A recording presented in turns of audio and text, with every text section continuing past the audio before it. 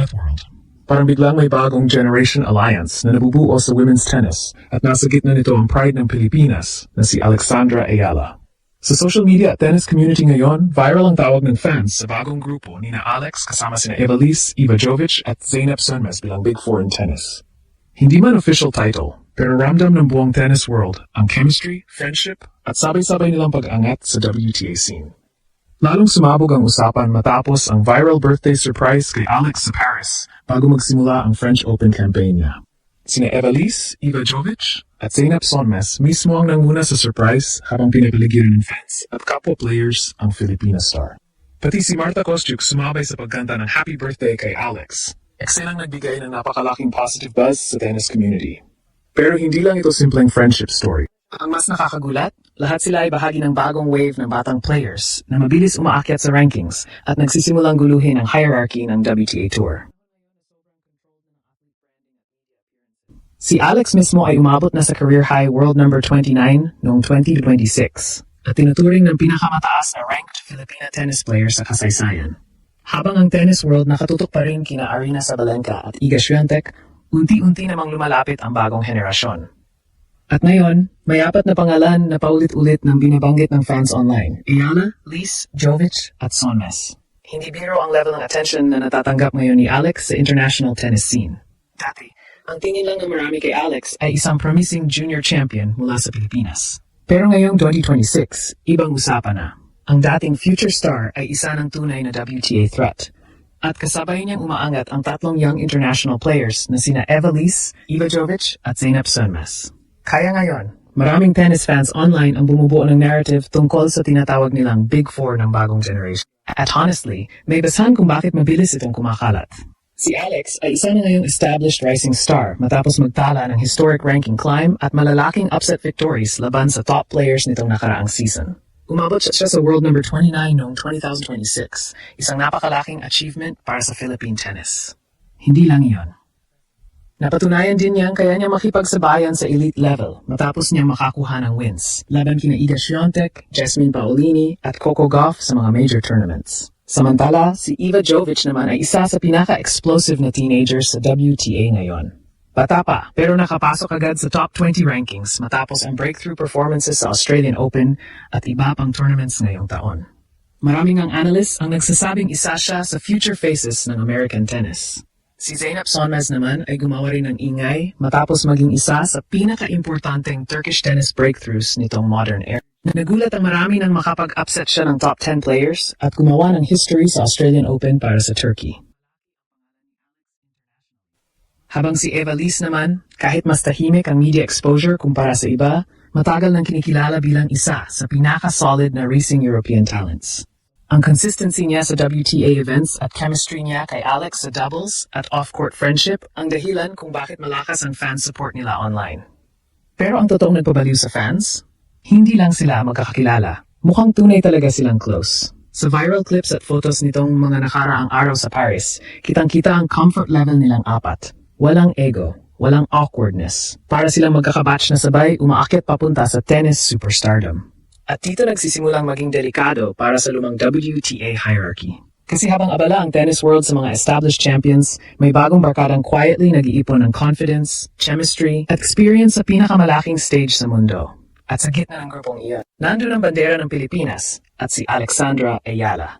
Habang lumalalim ang usapan tungkol sa tinatawag ng fans na Big Four, mas lalong nagiging malinaw na hindi ito simpleng social media hype lang. Ang nakakabigla kasi, bawat isa sa kanila may kanya-kanyang storyline na pwedeng maging future centerpiece ng women's tennis. At kapag pinagsama-sama mo ang apat na iyon, Alexandra Ayala, Evelise, Iva Jovic at Zeynep Sonmez, para kang nanood ng bagong generation na unti-unting bumubuo ng sariling era. At si Alex, posibleng siya pa nga ang pinaka-dangerous sa kanilang lahat. Bakit? Dahil bukod sa talent, dala ni Alex ang isa sa pinakamalalaking fan bases sa Asian tennis ngayon. Kada post niya, kaliwat ka na ng engagement. Kada practice session, dagsa ang fans. At ngayong nasa Paris siya, para sa Roland Garros. Lalo pang sumabog ang international attention sa kanya, matapos ang viral birthday celebration kasama ang ibang rising stars ng WTA. Biglang napansin ng global tennis audience kung gaano kalakas ang charisma at presence ng Filipina sensation. Pero hindi lang popularity ang usapan dito. Ang pinaka-importante, gumaganda ang laro ni Alex habang tumitindi ang pressure. Noong junior days niya, kilala siya bilang composed baseline player na may mataas na tennis IQ. Pero ngayong nasa full WTA environment na siya, kitang-kita ang evolution. Mas mabilis na ang pacing niya. Mas aggressive ang shot selection. Mas confident ang body language. At higit sa lahat, hindi na siya natitinag kahit world-class opponents ang kaharap. Ito ang dahilan kung bakit maraming analysts ang naniniwalang hindi aksidente ang pag-angat niya sa rankings. Habang sina Iga Swiatek, Aryna Sabalenka at Coco Gauff pa rin ang dominant names ngayon, unti-unti namang may mga bagong mukha na sumusulpot sa radar ng tennis world. At sa bawat tournament, parang paunti-unti nang lumiliit ang agwat ng bagong generation sa established elite. Si Ivanovic halimbawa, tinuturing ng isa sa pinaka-explosive na teenage prospects ng Amerika.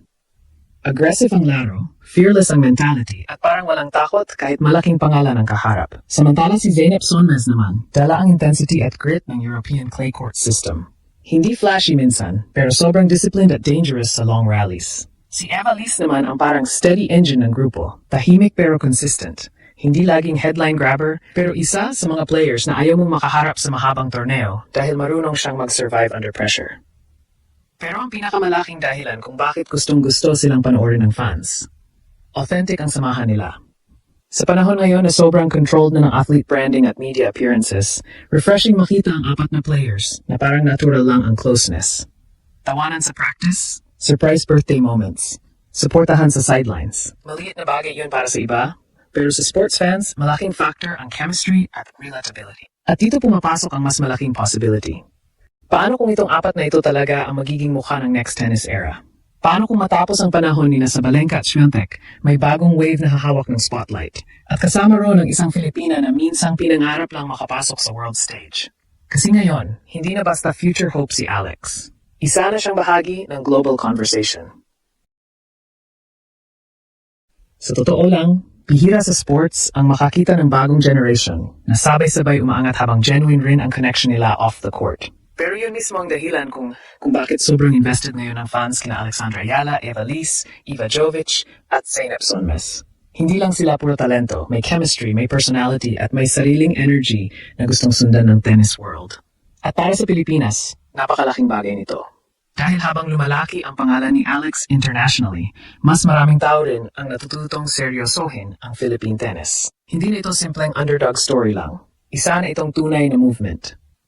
Ngayon, bawat practice video, bawat tournament appearance, at bawat viral moment ni Alex ay mas lumalakas ang impact globally. At kung magpapatuloy ang trajectory na ito, baka hindi lang Big Four ang susunod na tawag sa kanila. Baka ito na talaga ang simula ng bagong era sa women's tennis at kasama ron ang bandera ng Pilipinas.